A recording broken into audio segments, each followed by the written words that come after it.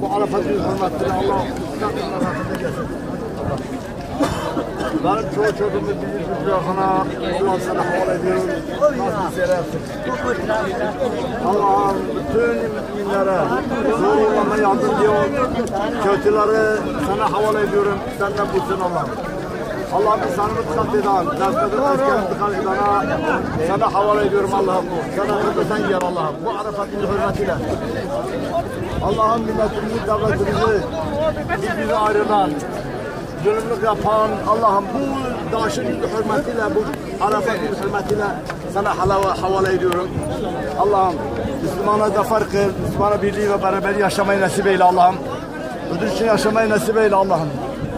Allah'ım.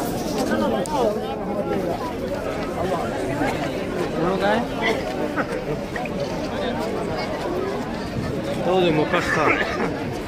Todo de moca está. Todo de moca está.